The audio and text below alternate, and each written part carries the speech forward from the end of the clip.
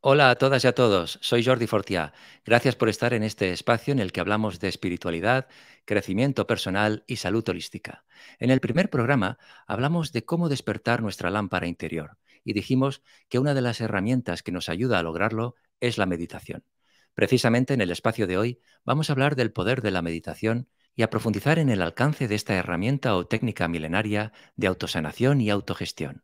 Y para ello contaremos una vez más con el gran maestro Ramiro Calle, maestro de yoga y de meditación, pionero en la enseñanza del yoga y en la divulgación de la espiritualidad oriental en Occidente, experto en psicología oriental, escritor, autor de más de 250 obras y director del centro de yoga Shadak. Bienvenidos a la era del ser.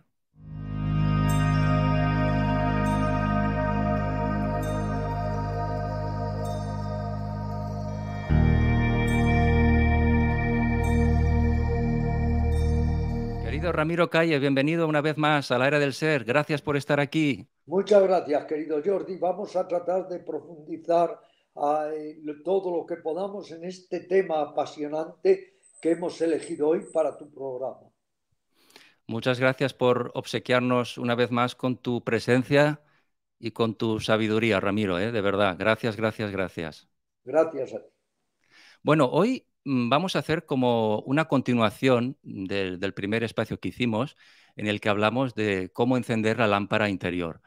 Y dijimos en ese espacio que una de las herramientas que nos llevaba a encender esa luz interior, esa lámpara interior, era indudablemente la meditación, ¿no? Pero antes de entrar a hablar de la meditación, hablar de esa ciencia de la meditación, de ese poder de la meditación, ¿consideras, Ramiro, que el bien más preciado en esta vida es tener paz interior? Indudablemente, muy a menudo en mis clases de meditación les recuerdo a mis alumnos aquello de no hay nada que pague un instante de paz. Y la mejor manera de entender la meditación, Jordi, es por contraste cuando vemos cómo está nuestra mente y cómo podría llegar a estar. ¿Cómo está nuestra mente? Nuestra mente está caotizada. Nuestra mente es verdaderamente desorden, insanía, desequilibrio.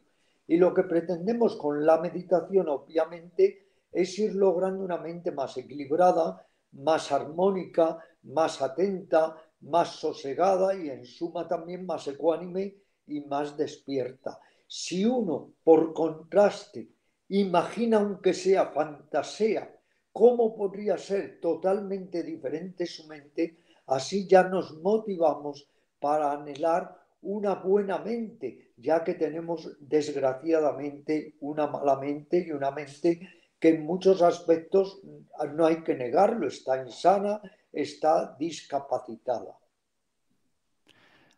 Ramiro, ¿consideras que el mejor consejo que te han dado nunca en tu dilatada y fructífera vida ha sido el de meditar? ¿Medita?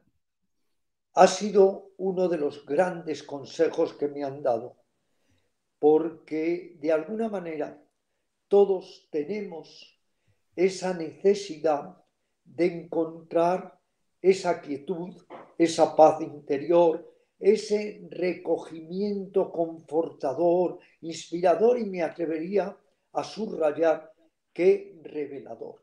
Y como necesitamos medios, necesitamos técnicas, necesitamos, Jordi, mapas, brújulas para seguir la larga senda de la autorrealización, pues hay que darle la bienvenida a un método tan solvente, tan fiable como es la meditación. Pero hay otros. No debemos olvidar que la meditación tenemos que coadyuvarla, tenemos que enriquecerla o complementarla con otros métodos de autodesarrollo y de transformación. ¿Por qué? Por una simple razón, porque como todos meditamos muy poco, pues tenemos que, repito, enriquecer la meditación con otras prácticas también importantes para nuestra mutación interior. Hablamos, Ramiro, de la búsqueda interior, de conectar con nuestro verdadero ser y siento que la meditación es quizá la herramienta más eficaz para entrar dentro de nosotros y reconocernos. Es la más eficiente o la más solvente, la más fiable, la más experienciada a lo largo de milenios, pero no es la única. Esto es lo que tenemos que entender, porque ya sabes que a veces vienen las modas y ahora hay una moda que es la meditación y entonces damos la espalda a otros métodos liberatorios que también son de una gran utilidad y que además pueden apuntalar precisamente este precioso edificio que es el de la meditación. Tú sabes que una de mis obras mejor acogidas, que ahora va ya para la 19ª edición, es el Fakir. En el Fakir he planteado muchas maneras de trabajo, líneas de trabajo interior que son complementarias a la meditación. Lo que no quiere decir que la meditación en sí misma no sea altamente transformativa si meditáramos más.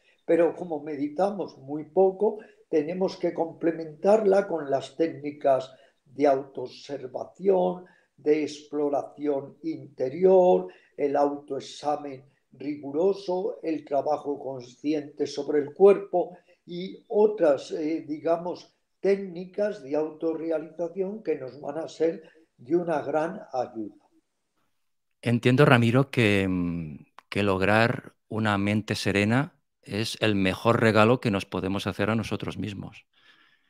Indudablemente, y tú lo sabes, Jordi, todos lo sabemos, a poco que seamos un poco serios con nosotros mismos en nuestra autorreflexión, todos sabemos que si no hay paz interior, que si no hay cierto equilibrio, cierta armonía, incluso lo más deleitoso no lo vamos a poder disfrutar, porque la ansiedad, la agitación son interferencias muy graves entre el que experimenta y lo experimentado. Y cuando hay un estado interior de zozobra, de incertidumbre, pues repito, ni lo más disfrutable lo podemos disfrutar. La paz interior es una vivencia muy rica, es en sí misma también muy transformativa, nos acerca a lo más íntimo de nosotros mismos y de los demás y de alguna manera es una lección poderosísima.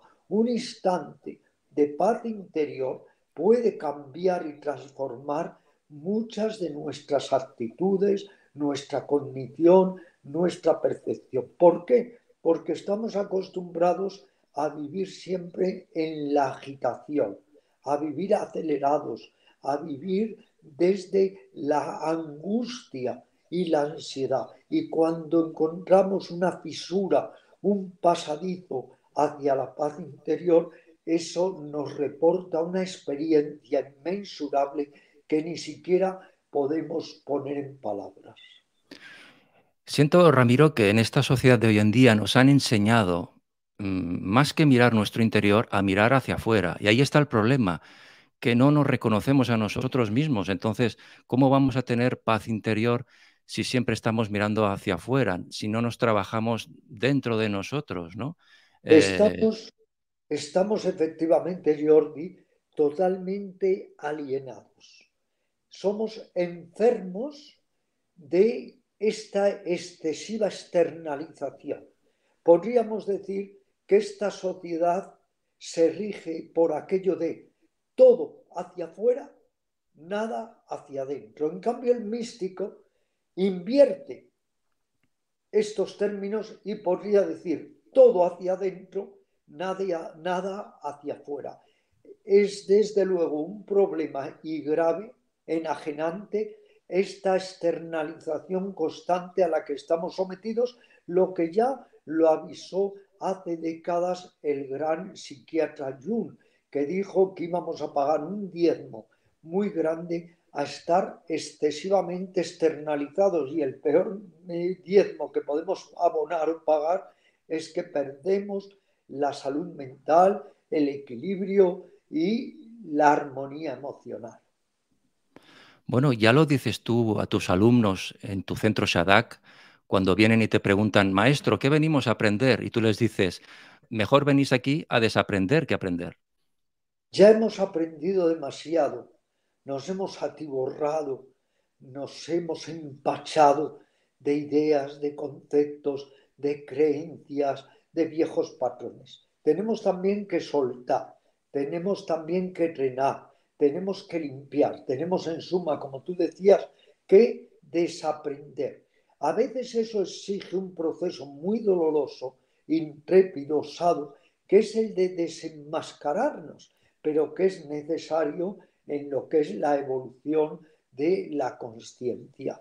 Tenemos que revisar nuestro mundo interior, entrar incluso a iluminar un poco ese sótano lleno de cachivaches desordenados que hay en el trasfondo de la mente, donde hemos ido acumulando infinidad de experiencias, de heridas que tenemos que desalojar, arrojar por la borda para liberarnos de lo que es adquirido y poder así establecernos y recobrar lo que es uno mismo. Es un camino difícil porque al principio no tenemos ni la menor idea de lo que es lo adquirido y lo que es lo real. Pero ahí es donde debemos trabajar mucho con la meditación y sobre todo con el discernimiento, encontrar esa débil línea o frontera divisoria entre quién soy yo o quién soy aquel que me han hecho creer que soy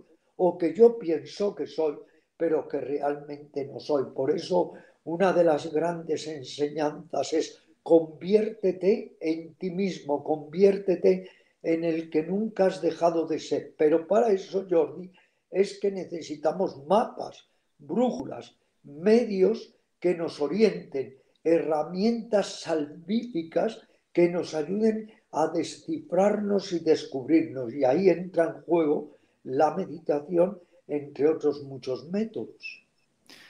Fíjate, Ramiro, porque desde la más remota antigüedad han proliferado los renunciantes, los anacoretas, los sabios y los grandes buscadores del espíritu y de la sabiduría superior.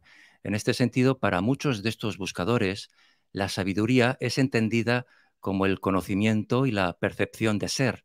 Y para ello, como bien dices, Ramiro, han utilizado y utilizan la meditación como práctica milenaria para poder ejercitar la atención mental y el cultivo armónico de la mente. Como decimos, Ramiro, la meditación es el método sistema de los más efectivos para ordenar y sanar nuestra mente. La meditación tenemos que entenderla tal cual es. Voy a dar algunas definiciones parcas de meditación, pero que ya nos orientan. La más directa y escueta la dio ese gran yogi, ese Mahayogi, que fue Buda, cuando dijo, la meditación es un método para entrenar y desarrollar la mente, lo cual ya quiere decir que la mente es entrenable y la mente es desarrollable. Otra definición magnífica es aquella que dice, meditamos para lograr desembarazarnos de los modelos mentales que generan servidumbre, esclavitud, sufrimiento y poder desarrollar estados de lucidez y de perspicacia. Me gusta especialmente esa otra definición que dice, la meditación es un método para reorganizar nuestra vida psíquica. Veamos la meditación como ejercicio, ejercicio mental, ejercicio emocional, para, por un lado, reorganizar nuestras emociones, sanear nuestra esfera emocional, pero también obtener otra manera de conocer, de percibir, que está más allá de las limitadoras palabras, los conceptos y las ideas. Como bien dices, Ramiro, la meditación es como un sistema de entrenamiento para el desarrollo de nuestra propia mente. Otro día podríamos dedicar un espacio entero a la mente porque hay mucho que decir de la mente, ¿verdad? Entonces, Ramiro, entiendo que la meditación es un método para conseguir también eliminar los estados de oscuridad de nuestra propia mente. Te tomo la palabra en cuanto a hacer un programa sobre la mente. porque la mente es la gran desconocida y la que nos hace la vida imposible y es causa de esclavitud, pero también podemos convertirla en causa de libertad. Pero la mente es un escollo en tanto no sabemos utilizarla como una amiga, como una aliada. Y la meditación nos enseña, por un lado, a conocer y vivir mejor nuestra mente, pero por otro lado, a poder canalizarla o orientarla de una manera acertada. ¿Qué sucede en la mente en principio? Que la mente está anclada en lo que llamamos la ofuscación o la ignorancia básica de la mente. ¿Y qué queremos conseguir con la meditación y las técnicas de introspección?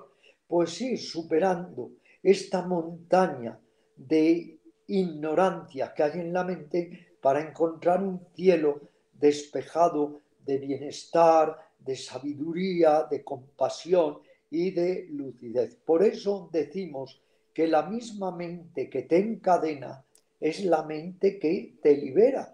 La misma mente que te somete a servidumbre o esclavitud es la que te va a poner alas de libertad. Pero para eso tiene que darse una transformación, una mutación muy profunda en nuestra psicología. Es un camino aparentemente corto, pero es enormemente largo. Es pasar de un estado de ignorancia, de oscuridad, de servidumbre, a un estado de libertad, de lucidez y de compasión. Fíjate, Ramiro, porque Buda dijo, la verdad en sí misma solo puede ser alcanzada dentro de uno mediante la más profunda meditación y conciencia, e insistía en la necesidad de ir debilitando las tendencias mentales insanas, como la ofuscación, la avidez o el odio, e ir propiciando y desplegando las raíces sanas de la mente, como la lucidez, la generosidad y la compasión. O sea, que la meditación, de alguna manera, nos libera del sufrimiento inútil generado por nuestra propia mente y nos ayuda, como decías antes, a discernir. Efectivamente, tengamos en cuenta que en el escenario de nuestra mente se producen impulsos, tendencias de carácter sano, equilibrado, o bien, al contrario, de carácter insano, inarmónico y desequilibrado. ¿En qué consistiría nuestro trabajo interior en este sentido? Pues en tratar de ir enfriando, debilitando las tendencias insanas y, por el contrario, de ir estimulando, desplegando, afirmando y de alguna manera propagando las tendencias sanas. Es, como nos dice una metáfora en el budismo tibetano, como aquel que entra en un jardín donde hay plantas medicinales y plantas venenosas, y lo que tiene que hacer es ir poco a poco eliminando las plantas venenosas para que crezcan más fecundamente las plantas medicinales. Es un trabajo mental, pero para que nos entendamos, Jordi, es importante decir que es que la mente en principio es como un juego de espejos deformantes y ahí es donde hay que apuntar para ir poco a poco saltando, vamos a decirlo así, más allá de la deformación de todos esos espejos deformantes y encontrar una mente sabia, una mente sana, que también está en nosotros de la misma manera que la perla se esconde en la ostra, del mismo modo que en la leche ya está la nata, podemos desarrollar en nosotros ese lado constructivo, cooperante de la mente, pero que está de alguna manera un poco apagado o un poco escondido. ¿Qué hace la meditación? Nos va enseñando con sus innumerables técnicas a, por un lado, debilitar todo el lado de tendencias enfermizas, nocivas, discapacitadas de la mente y alentar el lado más constructivo.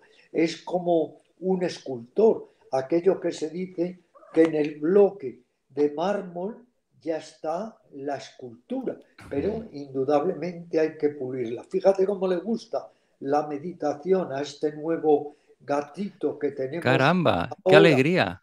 Tenemos en acogida, pero fíjate Sí, cómo le gusta que de repente se ha subido a mí y como ellos, los gatos, ya sabes, están siempre muy meditativos, pues se ve que m- Jordi está encantado muy atento. ahora nosotros. Me ha recordado mucho a tu querido Emil, Sí, este porque es gatito. impecablemente blanco como mi muy amado Emi y se le encontró mi sobrina abandonado en una gasolinera.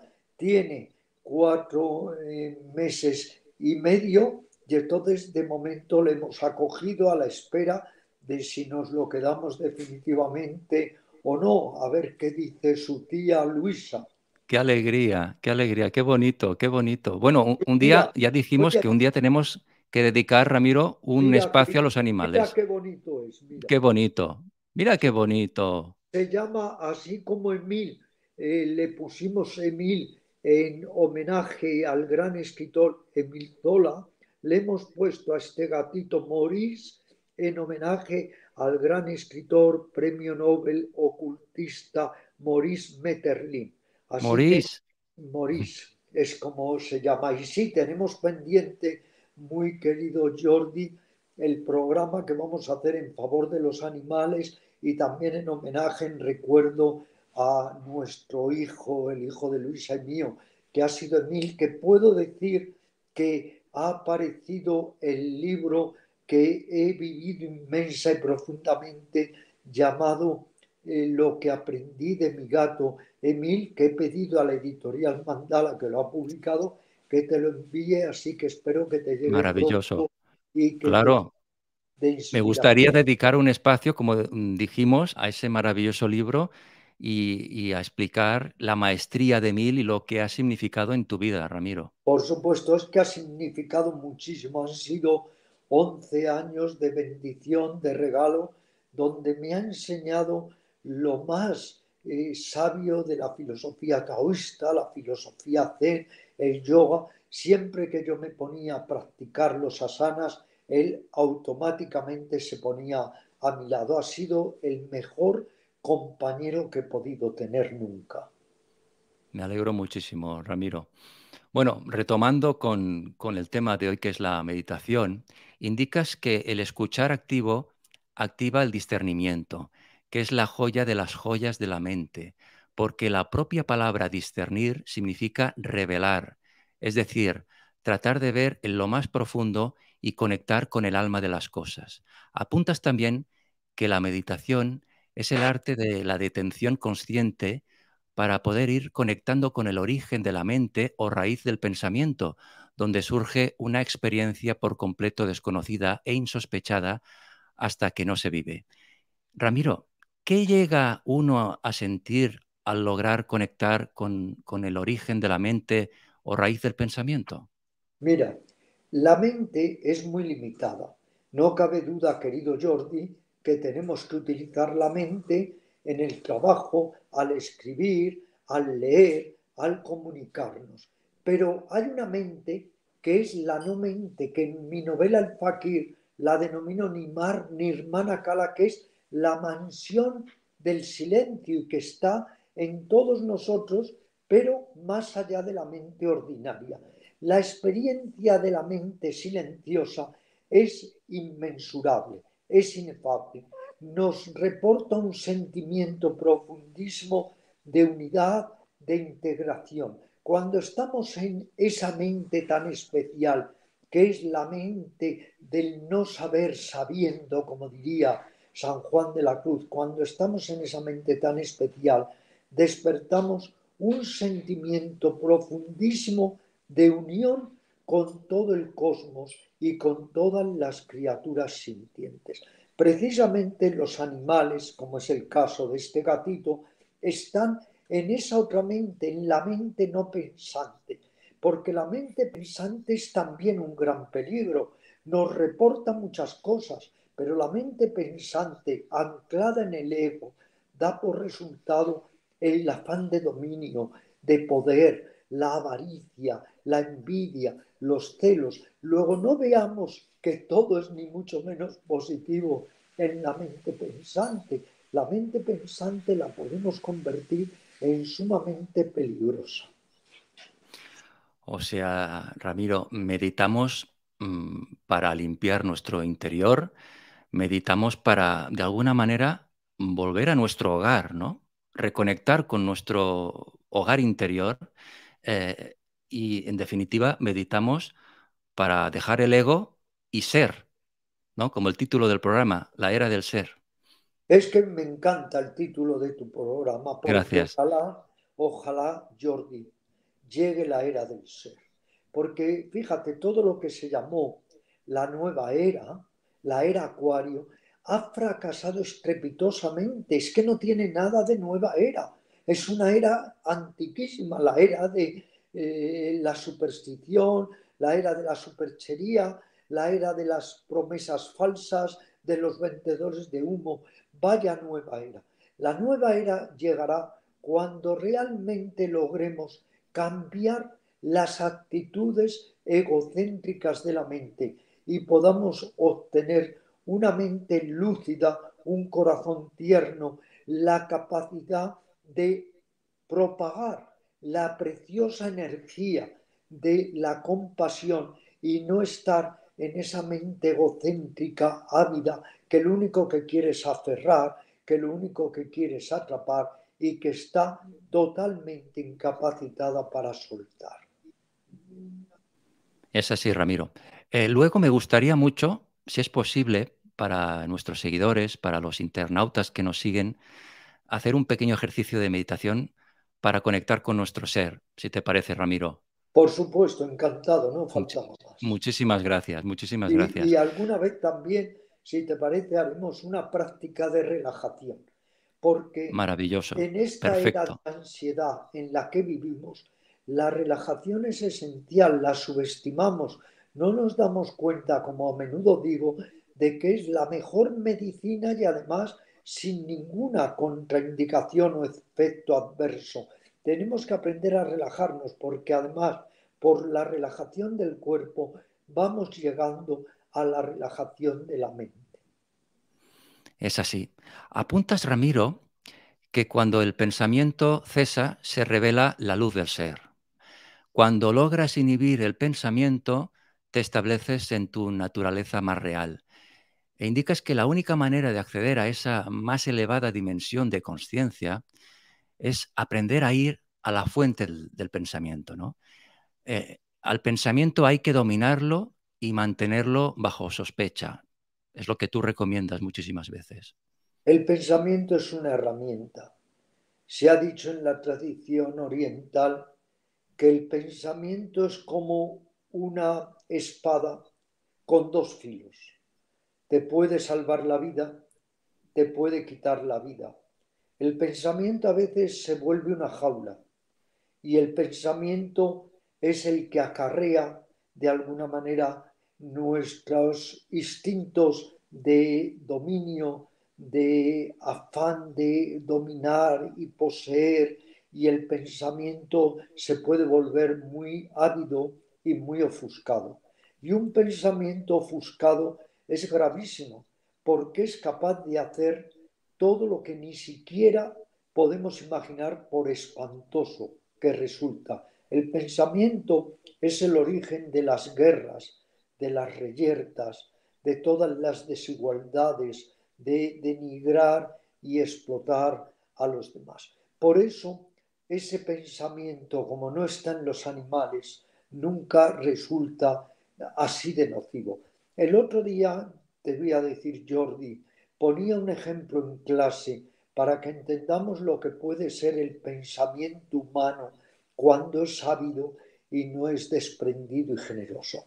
Imagínate, como les decía a mis alumnos queridos, George, imagínate por un momento que los elefantes de África se unen, todos ellos, se ponen de acuerdo en arrasar a los elefantes de la India y exterminarlos y masacrarlos. Eso es impensable. Es que no podemos pensar por un momento que los elefantes, los rinocerontes, los hipopótamos de un país se pongan entre sí de acuerdo para ir a arrasar a los elefantes, hipopótamos o rinocerontes de otro país. Pero el ser humano lo hace, porque el ser humano está en principio discapacitado mentalmente, una mente que no tiene amor, una mente que carece de compasión, una mente que no tiene empatía, que no se pone en el lugar de los demás, que no tiene caridad. Una mente así es para mí una mente enferma. Y es que lamentablemente los seres humanos, hay que reconocerlo, somos extraordinariamente egoístas. Y luego hay seres humanos, como decía Ramakrishna, que parecen humanos, pero son espíritus malignos disfrazados de humanos que son atrozmente destructivos. Así es, Ramiro. Hay una cosa que no entiendo y es cómo es posible que en nuestra educación, por ejemplo, el sistema educativo que yo he vivido en mi generación, no hayamos tenido clases de relajación en clase desde pequeños, clases de meditación. O sea, eso es lo más importante. Nos enseñan multitud de cosas que luego olvidamos y no Por, nos enseñan lo esencial, por que es supuesto, conectar con nuestro interior, tener un por, control sobre nosotros mismos, sacar nuestros dones hacia afuera. Pero ¿cómo vamos a sacar nuestros dones si no tenemos un control sobre nosotros mismos, una por conexión con nuestro supuesto, interior? ¿Cómo lo vamos a hacer? Yo no entiendo cómo el sistema educativo no incorpora ya desde ya. Hay escuelas, Ramiro? Sé que hay escuelas que escuela, dan clases de relajación a los niños, pero no entiendo cómo a nivel general no se incorpora desde ya la meditación. tienes toda la razón. Fíjate, Jordi, que yo he escrito precisamente 5 libros para niños de meditación y de yoga, porque considero esencial que los niños empiecen a familiarizarse con estas técnicas que luego les pueden ayudar infinito a lo largo de su vida y además es que les darán medios o herramientas para conseguir la evolución de la conciencia y para relacionarse muchísimo mejor con las otras criaturas. Como tú dices, hay colegios, sobre todo también en América, donde se imparten clases de yoga o de relajación o de concentración. Pero esta actitud debería generalizarse. Creo que el niño, en lugar de aprender cosas tan innecesarias, debería aprender cosas que le ayuden psicológica y espiritualmente.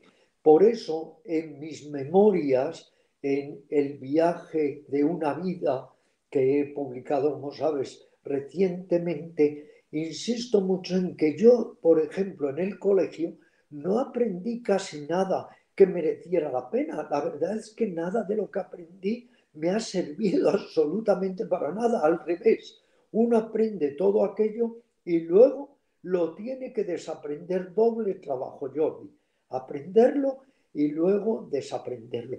¿Por qué no me enseñaron técnicas de yoga? ¿Por qué no me enseñaron a respirar? ¿Por qué no me enseñaron a abrazar un árbol, a oler una flor conscientemente? ¿Por qué no me enseñaron a relacionarme mejor con mis compañeros? En suma, es que ¿qué aprendí? No aprendí absolutamente nada. Es que ahora me cuestiono y digo, de todo aquello del bachillerato, ¿qué me ha servido? Y me han servido muy pocas cosas. Ojalá me hubieran enseñado cosas realmente para mi evolución humana.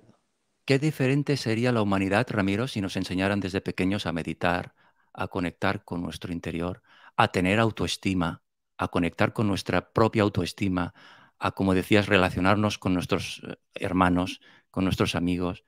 Sería un mundo totalmente diferente. Pero a veces uno piensa que desde los altos poderes, no me gusta juzgar, Ramiro, no me gusta juzgar, pero a veces siento que no interesa que las personas despertemos. No, es que no interesa. Es que no interesa nada, querido Jordi. El místico, por ejemplo, es el verdadero revolucionario. Por eso han sido masacrados en todos los países épocas latitudes, porque él es un riesgo, porque él es insobornable, porque él no se deja dominar por todos estos individuos que toman las decisiones por nosotros en un despacho y que somos peones en su tablero de ajedrez. Tengamos en cuenta que el ser interior tiene un impulso a florecer, a hacernos libres, pero claro, vivimos en una sociedad que conspira, confabula continuamente contra el individuo, y entonces ese proceso de individuación, de crecimiento, de desarrollo, no logra producirse, y por eso todos nos quedamos a medio camino. Eso es la palabra mediocre, a medio camino. Ahí nos quedamos estancados, ahí nos quedamos en un terreno de nadie, sufriendo de ansiedad, de angustia, de insatisfacción, más confundidos de cuanto podamos entender, porque no se nos dan verdaderos elixires, me atrevería a decir, Jordi, vitaminas para el alma. Hoy en día que hay esta obsesión creciente que a veces llega a ser enfermiza y constela un enorme narcisismo, que es la obsesión por la apariencia del cuerpo, hoy en día también tendríamos que pensar y discernir, ya que antes tú utilizabas esta palabra, que hay que darle vitaminas y complementos al alma, que hay que cuidarla, que hay que atenderla, porque el cuerpo es una parte de nosotros, pero somos también una esfera emocional, somos una mente, somos una energía espiritual y tenemos que atender a todo ello. Por eso te decía que me gusta tantísimo el título que has elegido para tu espacio, Gracias. para tu programa, La Era del Ser, porque a ver si logramos alguna vez salir de la era del ego y tratamos de acceder a la era del ser. Qué diferente sería todo cuando estuviéramos en el ser y comprendiéramos que todos formamos parte de una unidad cósmica, y aquello tan hermoso que decían los antiguos sabios hindúes: al herirte me hiero. Qué grande. Gracias, Ramiro, por tu sabiduría, Muchas de verdad. gracias a ti, muchas gracias. Lo que dijimos en el anterior espacio es responsabilidad nuestra trabajarnos, porque el sistema no interesa que despertemos. Entonces estamos en un momento, entiendo yo, de la humanidad que tenemos que trabajarnos individualmente.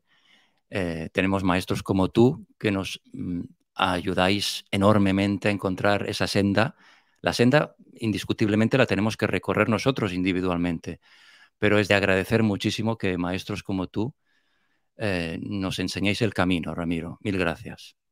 Muchas gracias a ti, y lo importante es considerar que uno es su propio maestro, uno es su propio discípulo y que uno tiene que encender su propia luz para así compartirla con los demás. Pero que no se quede todo en palabras, que no se quede todo en ideas, en conceptos, en buenas intenciones, porque ya hay aquel adagio que dice Jordi, que el infierno está sembrado de buenas intenciones. No, que trabajemos sobre nosotros, que mejoremos, en suma, algo tan simple, que nos humanicemos. Si queremos ser seres humanos, si queremos merecernos ese precioso distintivo, tenemos que humanizarnos. Y eso es el resultado de la evolución de la conciencia y de ir logrando que lo mejor de nosotros sea para nosotros mismos, pero también para los demás. Hablamos hace un momento del control del pensamiento. Explícanos, por favor, un adagio que explicas en tus charlas, que a mí me gustó mucho escucharlo, que hablas de un mendigo y que controla el pensamiento. Digo que el mendigo que domina el pensamiento es un monarca, pero un monarca que no domina el pensamiento es un mendigo. De hecho, tenemos que ir aprendiendo poco a poco con las técnicas a subyugar, dirigir, encauzar constructivamente el pensamiento. El pensamiento es una gran fuerza. Fíjate que a lo largo de toda la historia del yoga hemos dicho: así como piensas, así eres. También hemos dicho el pensamiento tiende a convertirse en un acto en un hábito y el hábito hace a una persona. Pero fíjate, Jordi, hasta qué punto el pensamiento tiene fuerza, que Baba Muktananda, al que entrevisté unos meses antes de que muriera en Suarran, en la India, cerca de Bombay, decía que el poder del pensamiento es tal que 1000 personas pensando positivamente logran que 100 personas piensen positivamente, pero que 1000 personas pensando negativamente logran que 1000 personas piensen negativamente, o sea, que le daba mayor trascendencia al pensamiento negativo.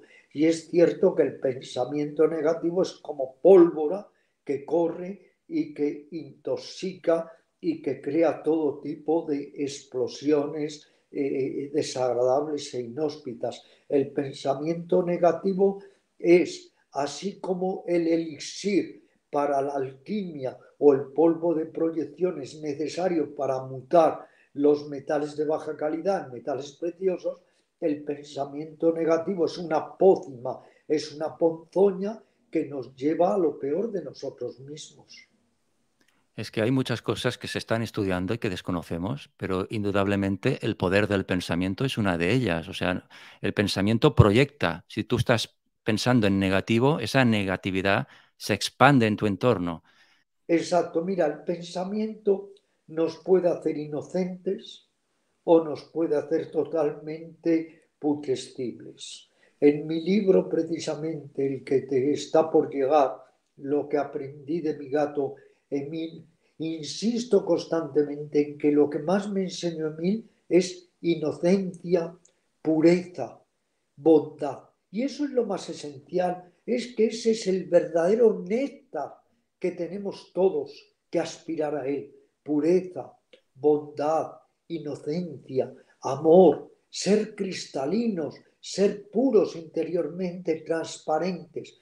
Pero ¿qué sucede? Que vamos a nosotros mismos de alguna manera ocultándonos las cualidades más preciosas y vamos desarrollando cualidades negativas.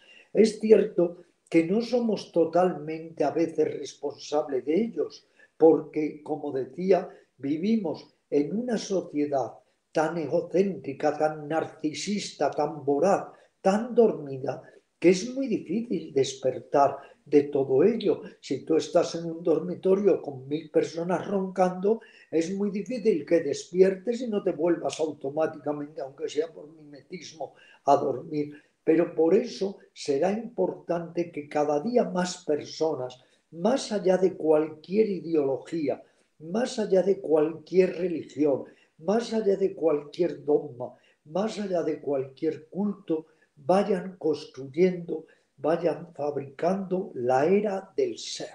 ¿Y qué es el ser? El ser no es querer tener, no es querer dominar, no es querer poseer. El ser es pureza, es equilibrio y es paz. No se puede definir, porque como decía Lao Tse, el Tao que se puede expresar no es el Tao, el ser que se puede poner en palabras no es el ser. El antiguo adagio del Zen que reza, 1000 dedos señalan la luna, pero la luna no son los dedos.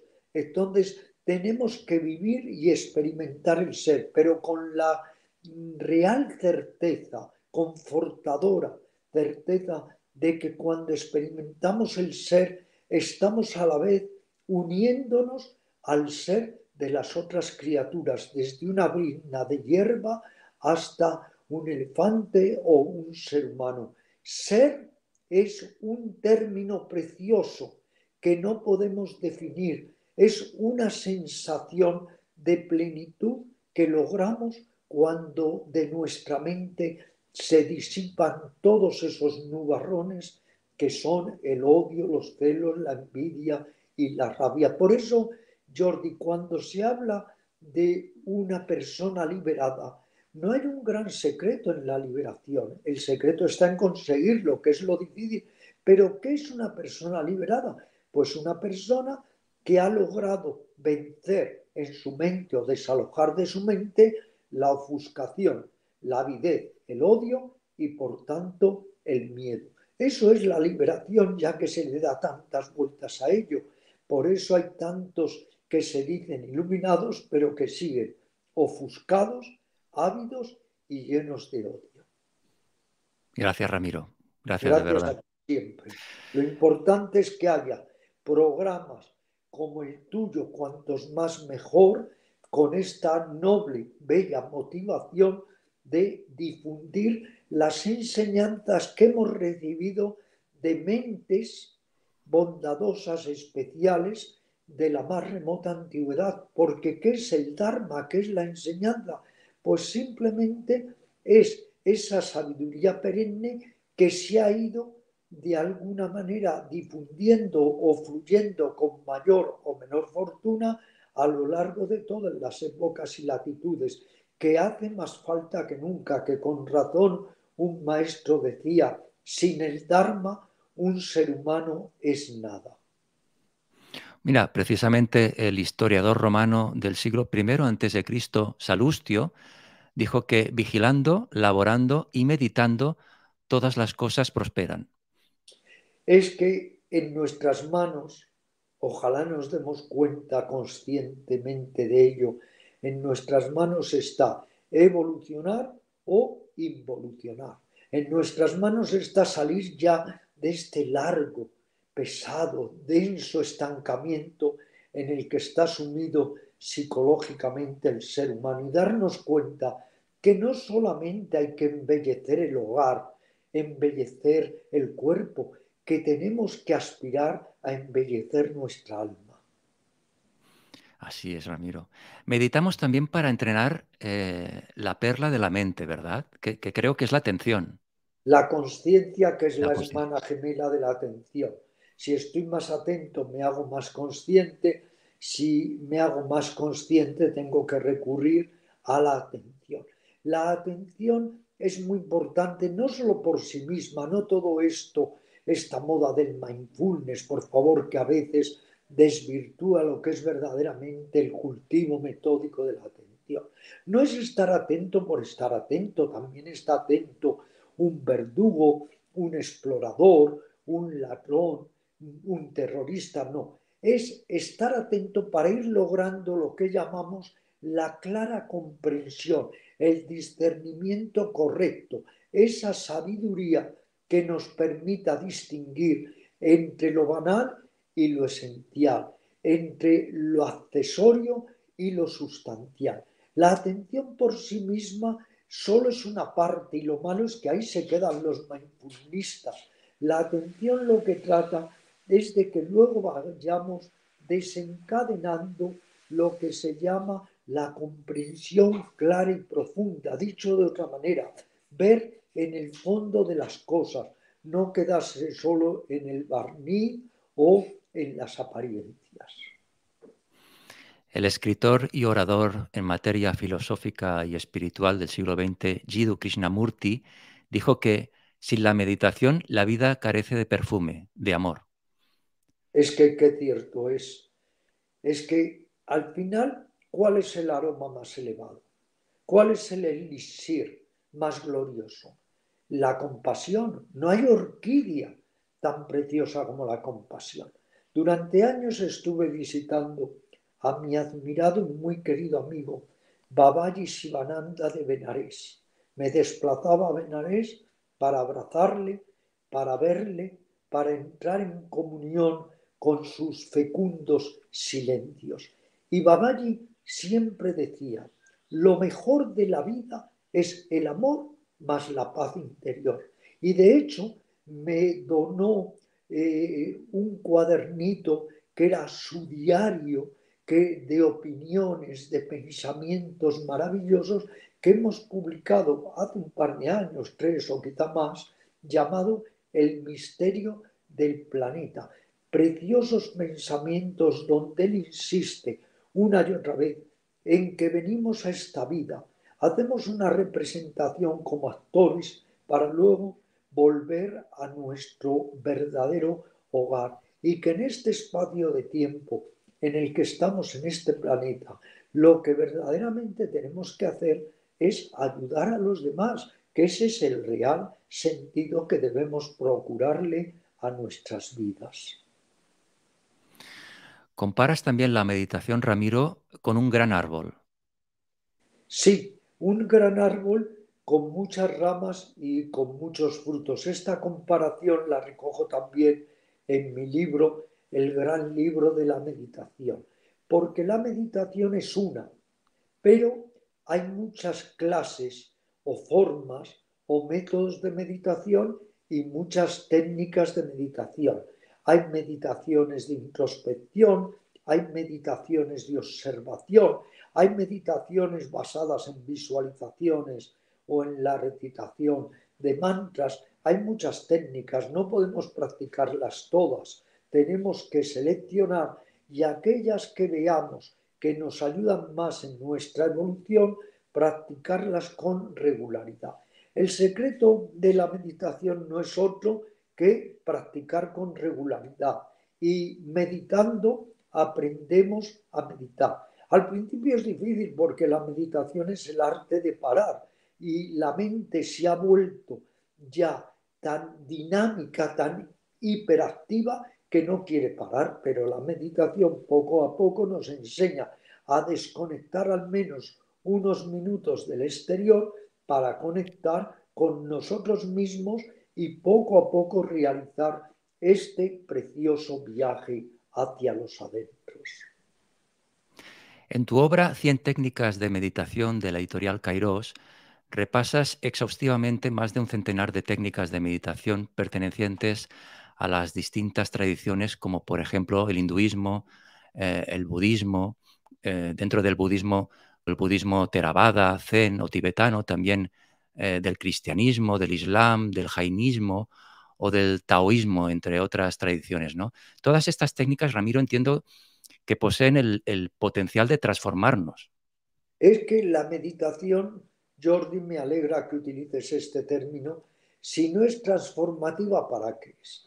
No meditamos solo para estar un poquitín más tranquilos o más sosegados, a eso nos puede ayudar también una música relajante, un masaje, un baño caliente. No, meditamos realmente para cambiar, para transformarnos, para si descubrimos que toda nuestra vida ha estado condicionada por la irritabilidad o por los celos o por el resentimiento o por el egocentrismo, modificarnos. Y siempre considerando que pequeñas modificaciones, no hay que subestimarlas, son las que al final suman la gran modificación o el gran cambio interior. Pero también tenemos que comprender que el cambio no viene por sí solo, no se conoce ningún caso de una persona que se vaya a la cama por la noche siendo avara y se despierte siendo generosa, que se vaya a la cama siendo intransigente y se despierte siendo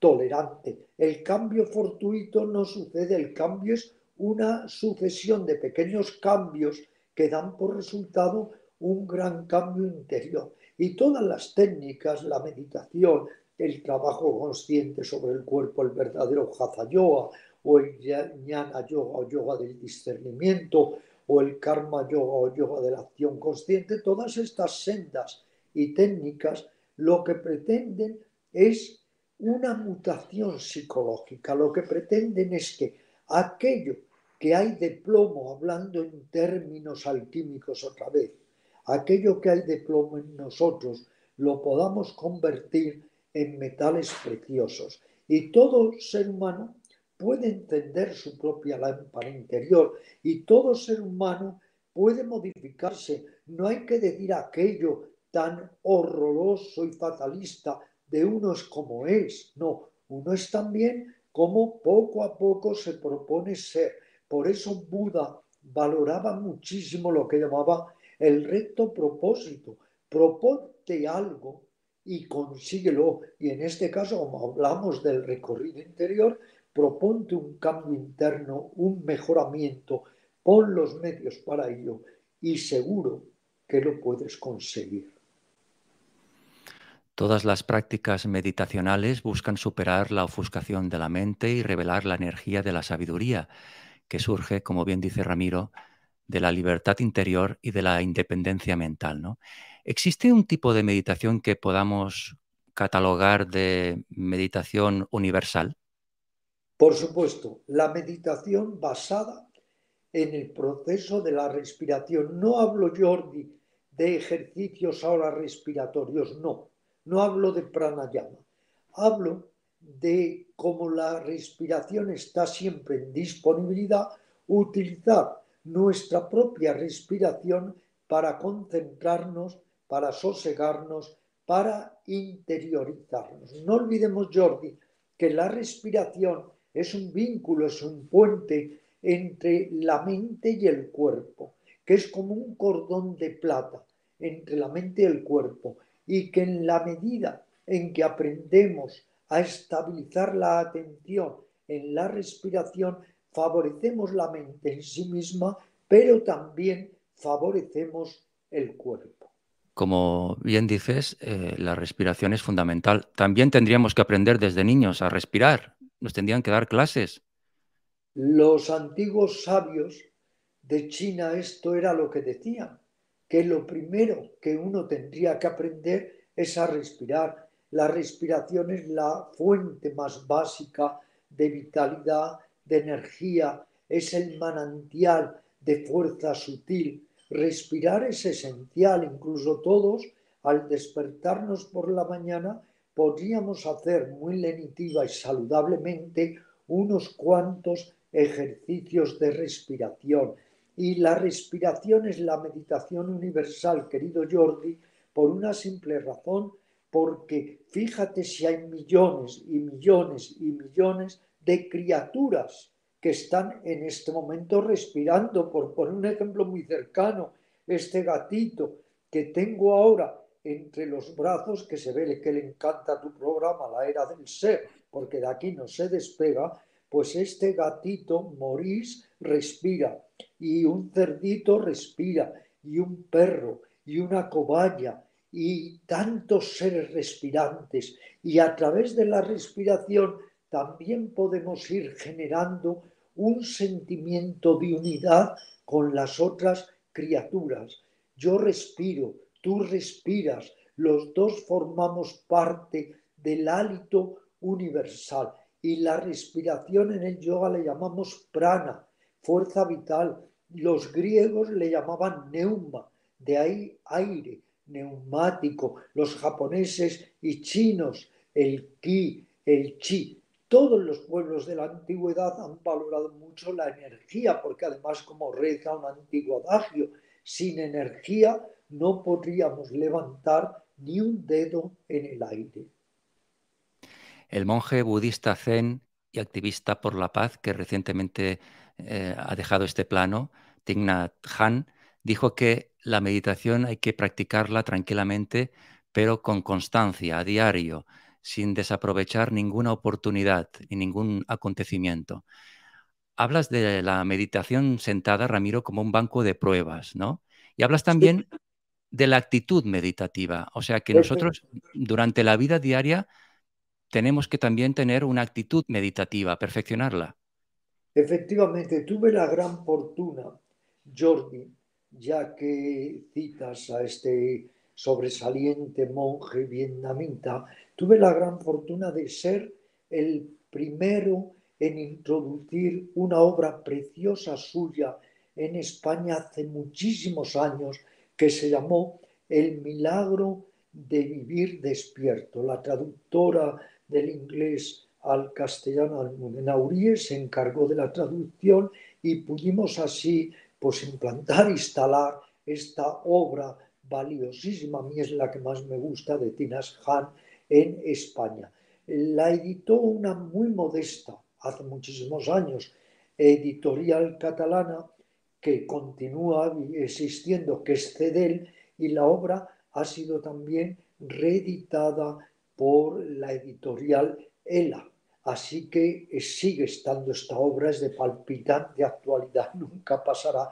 Y aquí Thich Nhat Hanh nos dice que él aprendió a meditar cuando tenía que lavar pues multitud de utensilios en digamos, en el monasterio, ¿no?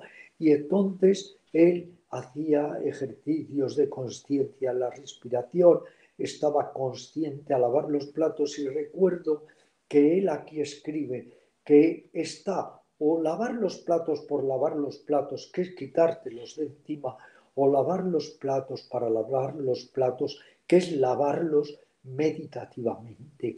La atención y la respiración, Jordi, van muy unidas y en la vida diaria también podemos de vez en cuando nos sentimos angustiados, preocupados, ansiosos, apesadumbrados, podemos colocar la mente en la respiración, ralentizarla y profundizarla un poco y utilizarla como nuestra gran aliada para, como diría Battiato en su canción, recuperar nuestro centro de gravedad. Todos nos dispersamos demasiado, estamos muy centrifugados, pero la respiración es una herramienta preciosa para, en lugar de estar tan centrifugados, centripetarnos y estar en nuestro propio centro y en nuestro propio ser. Ramiro, ¿existe alguna diferencia entre respirar por la nariz o por la boca? ¿Qué es mejor? Es mejor respirar por la nariz. La nariz no es gratuita, no es un adorno. La nariz purifica, filtra el aire y por otro lado también pues calienta un poco el aire que respiramos, lo cual es benéfico. Pero además, fíjate, la respiración por la nariz se regula mejor. Cuando hacemos ejercicios respiratorios por la nariz la regulamos mejor, lo cual no quiere decir que en el Hatha Yoga, en el yoga físico, no haya también ejercicios en los que respiramos por la boca, pero es una praxis, es una práctica de autodominio. Lo que decías antes, ¿no? Podemos estar meditando, fregando los platos, paseando. Es una actitud que tenemos que potenciar también, ¿no? Ramiro, Totalmente, Jordi, llevar la meditación a la vida diaria. Lo que decían los maestros Zen. Cuando como, como. Cuando duermo, duermo. Cuando paseo, paseo. Y cuando me muero, me muero. Y se murió, quien lo dijo. Estar en el aquí, en el ahora, en cada instante. Todo puede ser meditación, escuchar música, abrazar a un ser querido, dar un paseo por el parque, estar ahora hablando contigo, mantener a esta criatura que está muy relajada, está dormido en los brazos y sentir su tibieza, lo suave de su pelaje. Todo puede ser meditación, abrir los sentidos para captar, vivir incluso nuestra corporeidad, en lugar de ser tan maquinales, tan mecánicos, pues vivir un poco los movimientos, vivir un poco el cuerpo, porque el cuerpo es el vehículo del ser, la era del ser, pero no podemos indudablemente prescindir de nuestro cuerpo. Tú y yo ahora, Jordi, estamos trabajando, hablando con el cuerpo. Entonces, todo puede ser meditación, pero hay que mantener la mente atenta, alerta, perceptiva, aprender a vivir cada instante como si fuera el primero y el último, darle a cada instante su brillo, su grandeza, eso también es meditación. Y a eso le llamamos la mente meditativa. Y ya que hablabas tú, Jordi, antes de Krishnamurti, Krishnamurti insiste mucho en esa mente meditativa que es la mente silente y perceptiva. Él en sus diarios pues nos habla de cómo se quedaba absorto escuchando a un mirlo o viendo un atardecer o conectando con un lago. La mente meditativa es la mente silente y muy atenta, tan atenta que es como si nos fuera la vida en ello, pero desde la calma y la ecuanimidad. Una mente atenta y atensa. Hagamos este juego de palabras. Atenta y atensa, sin tensión.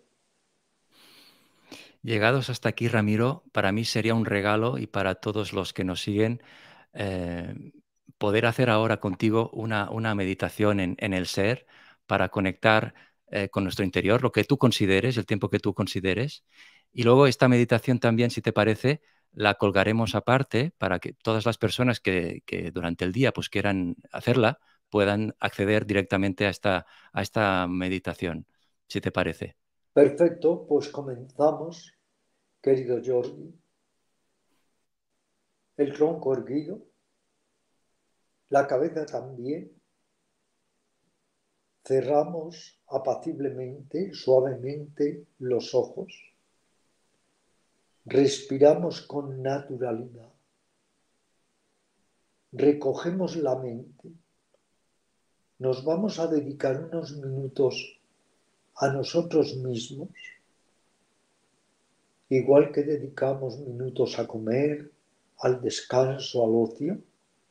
Ahora unos minutos para cultivar y embellecer nuestra mente, activar nuestra atención y desarrollar ese sentimiento de recogimiento y de plenitud. Y por favor, queridos amigos, siguiendo mis indicaciones, respirando con toda naturalidad, retirad, desconectad la mente de todo y conectadla con vuestra respiración, libres de ideas y de pensamientos, libres de pasado y de futuro. Sentid, vivid, experimentad el movimiento de la respiración. La respiración viene, la respiración parte. La respiración viene, la respiración parte. Observa, percibe esa fuente de vida. El aire viene, el aire parte. Inhalación, exhalación. Y tú te conviertes en el experimentador de tu propia respiración.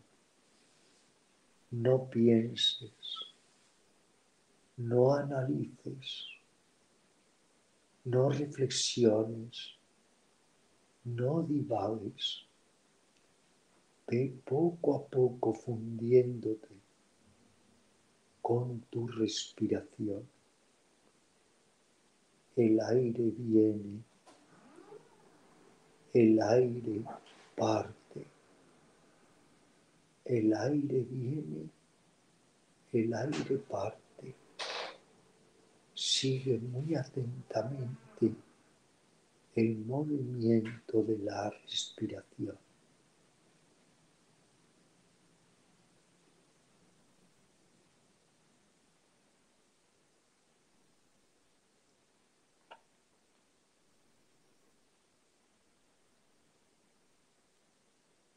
Cada vez que te distraigas, vuelve a la respiración.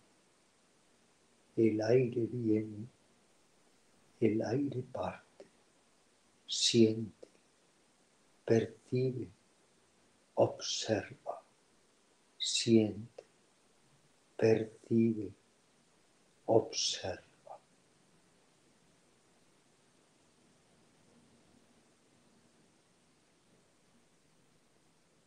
Ahora vamos a intensificar un poco la atención.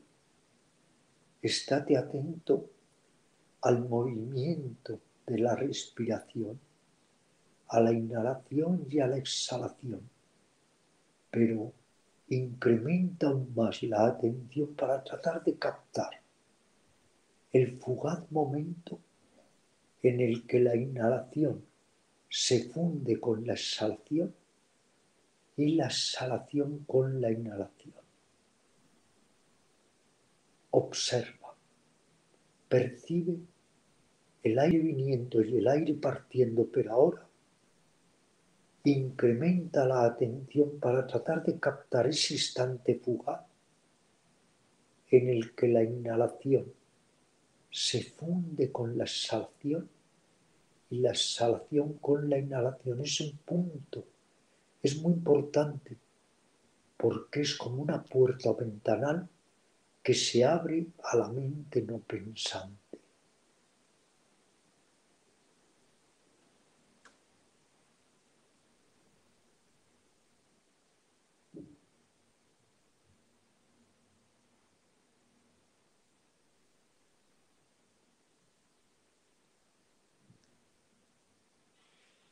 Y antes de abandonar este breve ejercicio de meditación,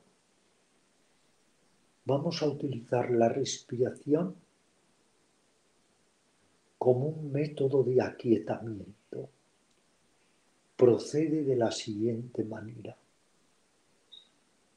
Al tomar el aire, al inhalar, siente que te saturas de paz, de quietud. Al exhalar el aire, siente que te liberas de cualquier sensación de agitación o ansiedad. Así, al inhalar, calma, quietud, me saturo de paz. Al exhalar, me libero de cualquier sensación de ansiedad o agitación. Calma al inhalar y me libero de ansiedad al exhalar.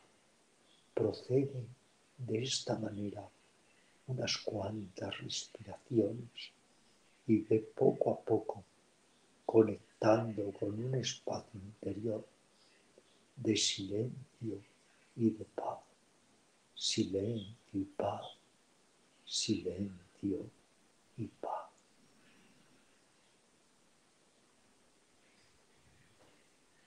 Y hasta aquí, queridos amigos, este ejercicio forzosamente limitado en el tiempo de meditación, pero que es un poco un botón de muestra de lo que es la meditación, las técnicas de introspección, el arte de detenernos, la detención consciente, porque nos sustraigamos al mundo unos minutos, por eso el mundo nos separa.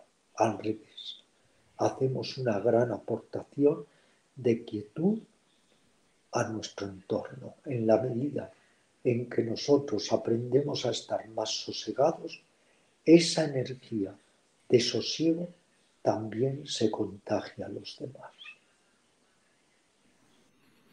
Muchísimas gracias, Ramiro, Gracias a ti, por querido. esta meditación. Qué Gracias, bien, gracias a ti. qué paz, Ramiro.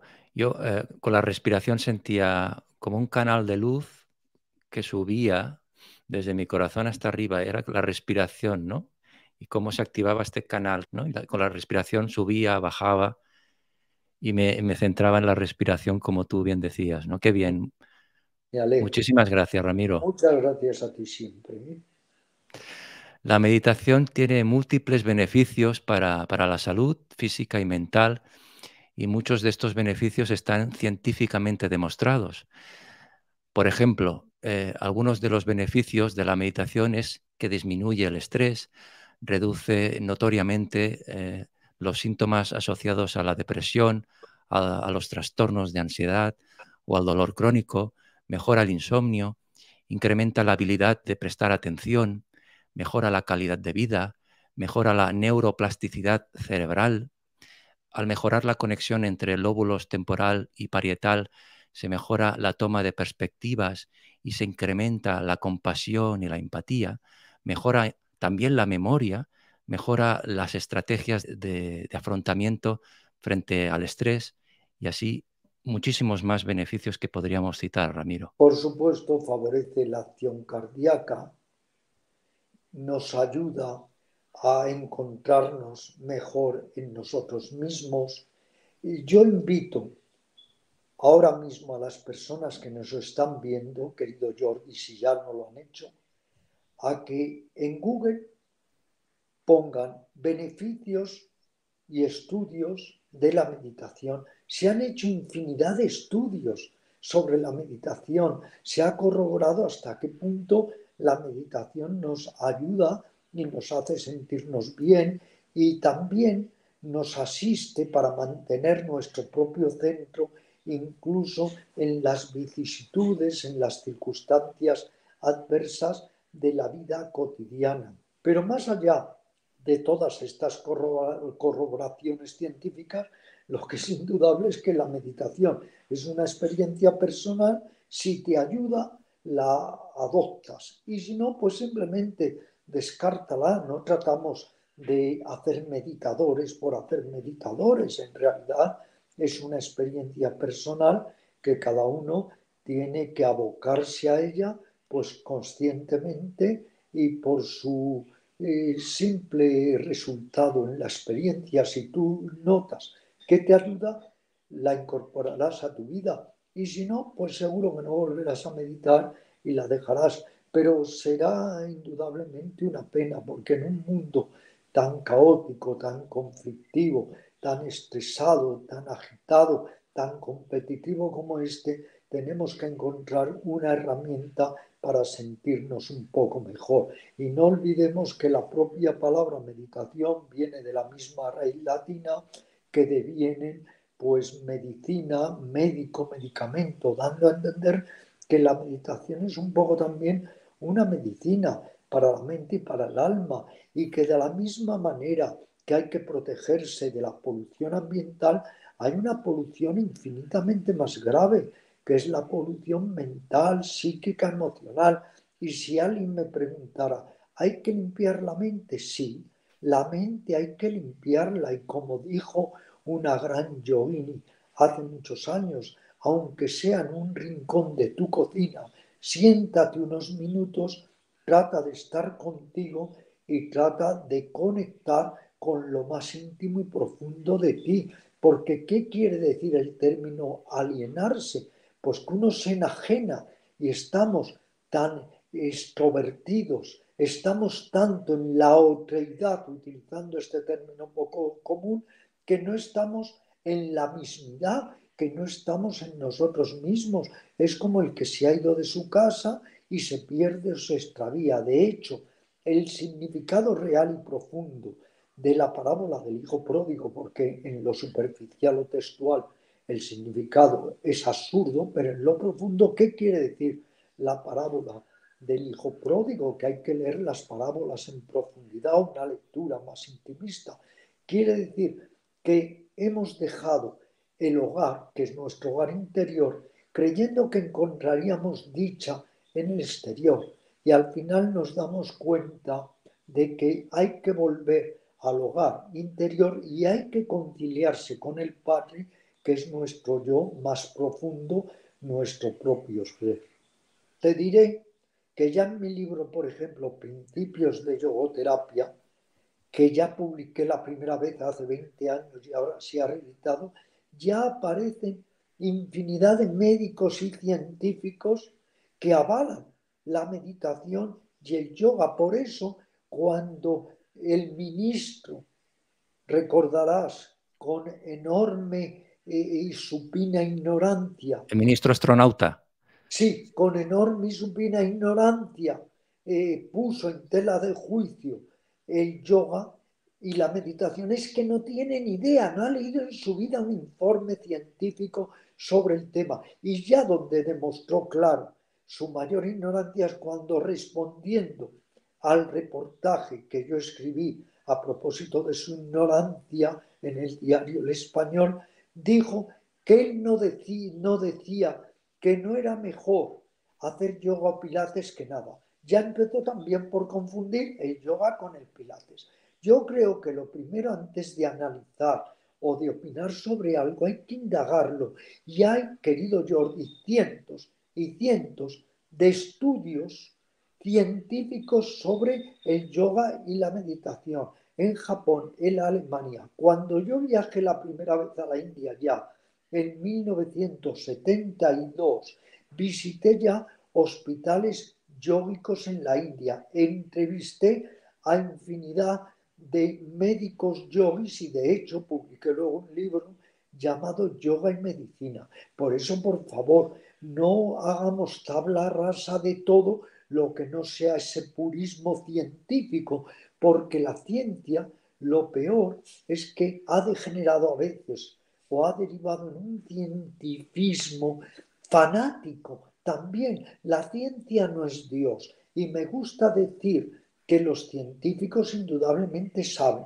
pero los místicos saben mucho más, porque el científico sabe de lo palpable y el místico sabe de lo que está más allá de lo palpable. Pero para resumir, sí, Jordi, que cualquier persona busque la de estudios que hay al respecto y por otro lado, la propia editorial Kairos, que es una de mis editoriales, es que ha publicado decenas de libros donde hay científicos y premios Nobel que avalan la búsqueda interior, el trabajo interior, la meditación.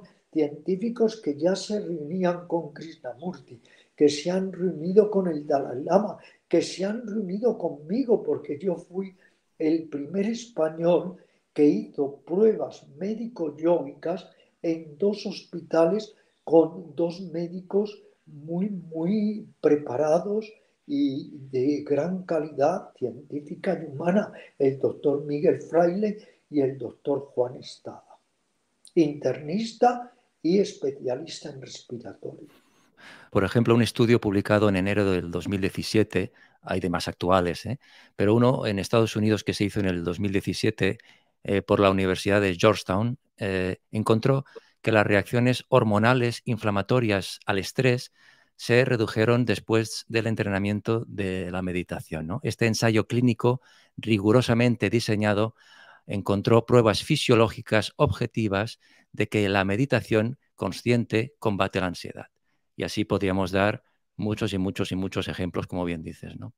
Yo he tenido alumnos reconocidos por sus médicos que me han enviado pacientes que estaban tomando 15 y 20 pastillas, como me enviaba muchos el doctor Núñez Mille, y que después de varios meses de práctica de yoga y meditación empezaron a reducir enormemente su medicación. Es que esto lo he vivido 51 años impartiendo clases, donde además es que he tenido toda suerte de médicos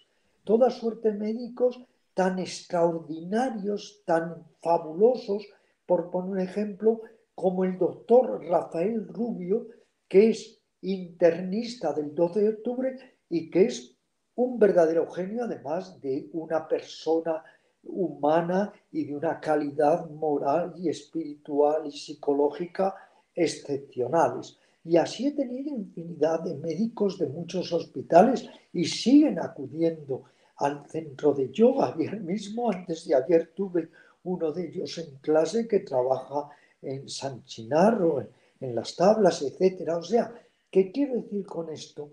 Que criticar sobre lo que no se sabe es muy fácil y opinar sobre lo que no se ha experimentado es de necios. Experimenta y luego opina. Pero no experimentar y opinar, eso me parece una conducta totalmente indeseable e indecorosa. El actual Dalai Lama, al que tú, Ramiro, has tenido la oportunidad de entrevistar personalmente, ha dicho que quien se transforma a sí mismo, transforma al mundo. Ha dicho también que la sabiduría es como una flecha, la mente serena es el arco que la dispara. Y otra cita que a mí también me llega mucho del Dalai Lama es la siguiente. Lo que más me sorprende del hombre occidental es que pierde la salud por ganar dinero. Después pierde el dinero por ganar la salud. Y de tanto pensar en el futuro, no disfruta del presente. Por tanto, no vive ni el presente ni el futuro. Vive como si nunca hubiese de morir y muere como si nunca hubiese vivido. Es muy bonito y muy, desde luego, ilustrativo. Te diré que uno de los más grandes milagros, que es el producto de Maya, de lo ilusorio, es creer siempre que los demás se mueren y nosotros no. Es que es el mayor milagro, como decía Buda. pero no ves que los demás envejecen, enferman y mueren. ¿Qué te hace pensar que no va a ser lo mismo contigo?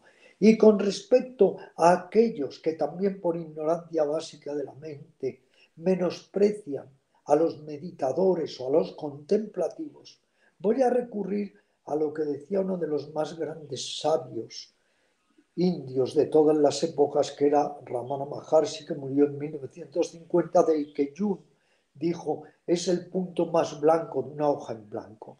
Y Ramana Maharshi decía que aquellos que meditan, que aquellos que contemplan, que aquellos que ganan la paz interior, hacen una aportación impresionante al entorno y al mundo. Luego no son cacharros, utensilios que no sirven para nada. Ojalá hubiera muchísimos más contemplativos, más meditadores, porque cuando alguien me dice, pero es que no hacen nada, digo, bueno, por lo menos no hacen nada, por lo menos no hacen el mal, por lo menos no odian, por lo menos no critican, por lo menos nos descalifican. Así que hay que volver a recobrar ese respeto, yo diría que incluso esa gratitud por aquellas personas que quieran dedicar su vida a la meditación, a la contemplación, al silencio interior.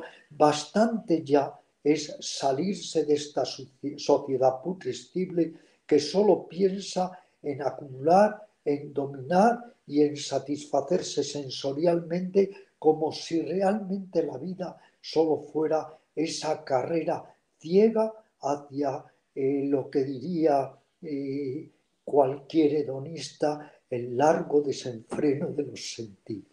Que está muy bien la diversión, está muy bien el distraerse, el disfrutar, el deleitarse, pero somos seres humanos, no queramos solo disfrutar de todo sin siquiera preguntarnos quién es el que conoce y quién es el que disfruta, porque si no somos como ciegos.